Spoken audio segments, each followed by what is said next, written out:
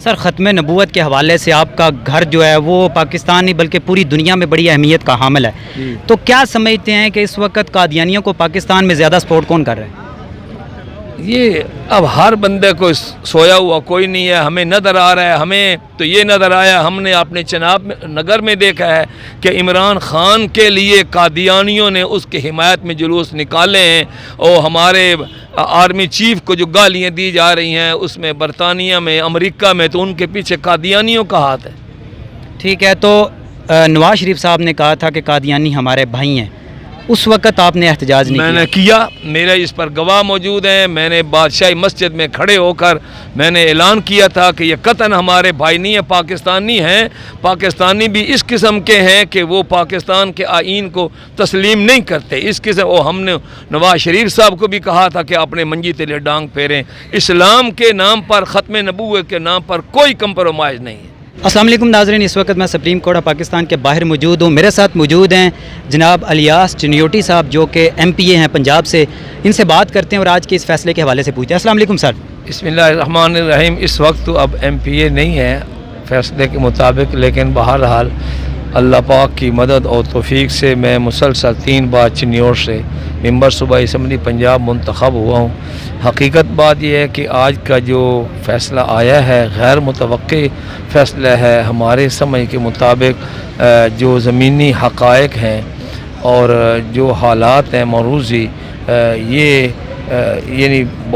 ملک کو ایک دلدل میں پھنسا دیا گیا ہے کہ 2 صوبوں کی الیکشن الگ، وفاق کے الگ ہوں گے، اور ساری زندگی یہی رولا پڑا رہے گا، تو کبھی اوپر جو ہے وہ نگران حکومت ہوگی، کبھی نیچے نگران حکومت ہوگی، تو قوم کا متفقہ مطالبہ یہ ہے کہ 4 صوبے اور ان کی یعنی صوبائی اسمبلی ہوں، قومی اسمبلی ہو، ان کے تمام کے انتخابات بر وقت اور ایک ہی وقت میں ہونے چاہیے۔ اس لیے اب جو صورتحال پیدا ہو رہی ہے یقیناً اس پر نظر ثانی کرنی پڑے گی اور نظر ثانی ہوگی۔ میں امید کرتا ہوں کہ جج صاحبان وہ کچھ غور فکر کریں گے، اور جو ہے عوام کو اس وقت جو پورے ملک کو ایک انارکی میں پھنسا دیا گیا ہے، اور اس وقت جو صورتحال ہے ہمیں نظر آ رہی ہے پورے ملک میں بے حیاشی، فحاشی، عریانی اور اس قسم کا سیلاب ہے، اور ہماری التجا بھی ہے تمام اداروں کے سربراہوں سے کہ وہ سر جوڑ کر بیٹھیں، اپنے ذاتی اختلافات ختم کر کے ملک کی سلامتی کے لیے دیکھیں۔ اس وقت ملک جو ہے ہمیں جو نظر آ رہا ہے وہ ملک کی سلامتی وہ داؤ پر لگی ہوئی ہے، خطرے میں ہے، تو ملک کو بچانے کے لیے اپنی تمام تر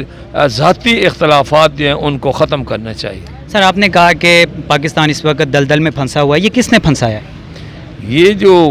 اس وقت سارے طبقات آپ مجھ سے زیادہ بہتر جانتے ہیں، ہر بندہ جس نے پھنسایا آج وہ اعتراف کر رہا ہے، مجھے فلانے نے کہا تھا، مجھے فلانے نے کہا تھا، اور میڈیا سے تو آج کوئی چیز چھپی ہوئی کوئی نہیں ہے۔ ٹھیک ہے، تو آپ نے کہا کہ سارے پاکستان میں الیکشن اکٹھے ہونے چاہیے، تو آپ پی ڈی ایم میں ہیں تو آپ اپنے قائدین کو یہ مشورہ دیں کہ سارے پاکستان میں اسمبلیاں توڑ کے الیکشن کا اعلان کریں۔ اسمبلیاں کس بنیاد پر توڑی جائیں؟ پہلے جو ہے جو جنہوں نے توڑی ہیں وہ پچھتا رہے ہیں، تو ہم یہ کہتے ہیں کہ ایسے حالات دیکھو جس وقت جس کو ملک کو، حکومت کو، ریاست کو ضرورت ہو۔ سر وہ پچھتا تو نہیں رہے، وہ تو بڑے خوش ہیں کہ الیکشن ہو، الیکشن کے لیے وہ محنت کر رہے ہیں، الیکشن کے لیے بڑے پرجوش ہیں، تو آپ کہہ رہے ہیں وہ پریشان ہیں؟ جی، وہ ہم یہ سمجھتے ہیں کہ وہ ایک غیر ملکی ایجنڈا ہے، بلکہ اسرائیل، امریکہ اور بھارت کا مسلط کیا ہوا ایجنڈا ہے۔ ہمیں خطرہ یہ ہے کہ اس قسم کے حالات پیش کیے جا رہے ہیں، بلکہ ابھی عمران خان صاحب نے یہ رات کو جو امریکی اخبار کو انٹرویو دیا اس میں یہ کہا ہے کہ اگر ہماری حکومت آ جاتی ہے تو اس کو رول بیک کرنا ہی نہیں ہے، ہم یعنی پاک چائنا کوریڈور جو ہے ہم اس کو بالکل اس طرح سے ختم کر دیں گے۔ ہمیں یہی خطرہ ہے کہ